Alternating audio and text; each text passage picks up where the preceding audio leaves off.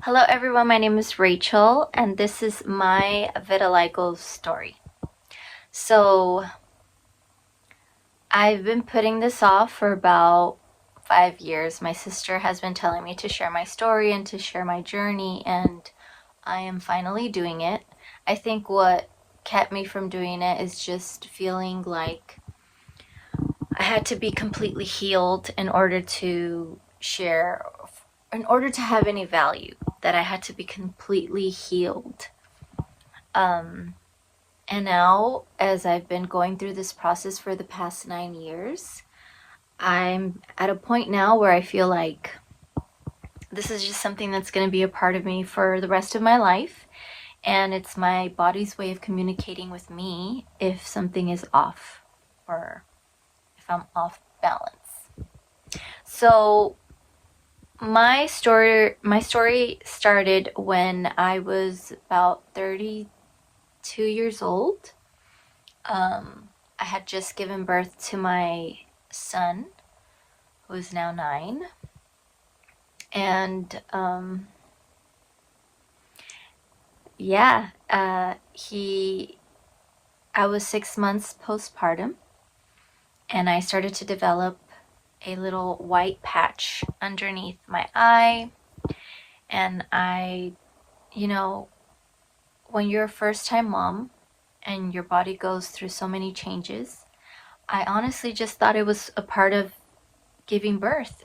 And then it started to spread around my neck and chest area, and it started to spread pretty quickly all throughout my arms. And um yeah, so I um was really confused because it was happening so quickly. And so I finally went to the doctor, got it checked out, and he said I had vitiligo and there wasn't much I could do about it. So I didn't accept that. I went home and I just started to do a lot of research on autoimmune conditions because there wasn't too much information on vitiligo itself, and just learned a lot about autoimmune illnesses and the causes of it, which is pretty much like your diet being, deficient in certain vitamins, minerals, uh, and your stress levels, your sleep, all of that played a role in developing these conditions. So I realized that I really had to get out of the marriage that I was in because it wasn't very healthy. It was causing me a lot of stress, and then being a first time mom, it was just too much stress on my body. And not getting enough sleep, you're a first time mom, your sleep is all whack, like out of whack. And I changed up my diet.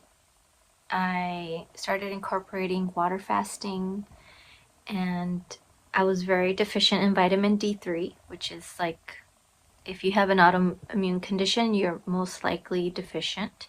And I was. And so, yes, I made a lot of changes and was able to um, regain about 70% of my pigment back. I made a lot of progress. And really, just when I started to change my diet and take all the supplements that I need to take, and get better at getting rest, it really started to my condition started to improve a lot. And I will share pictures so you can see the before and after.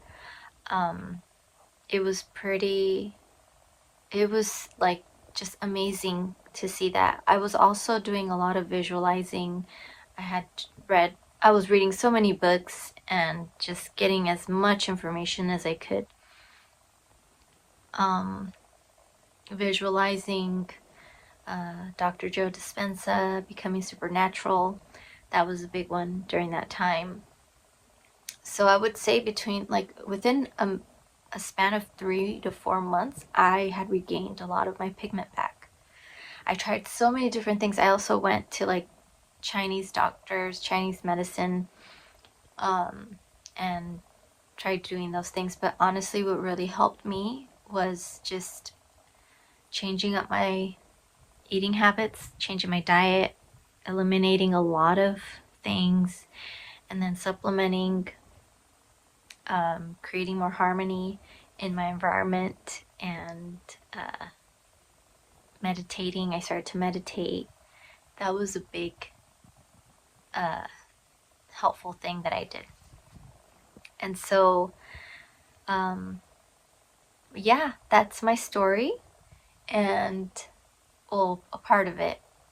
That's how it began.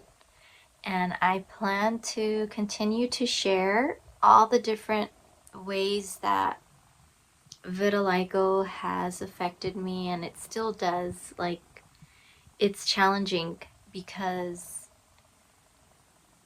I think everyone has their own story, right? Like, some people have vitiligo from a very young age, and so they grow up looking a certain way. And then for other people like me, I lived my 32 years of life with, nothing. And then to go from that, just all of a sudden, just like losing so much pigment so quickly, your identity, like what you're looking into the mirror, like it's just like, who is this person? It's very it really messes with your mind, your identity, your security, confidence.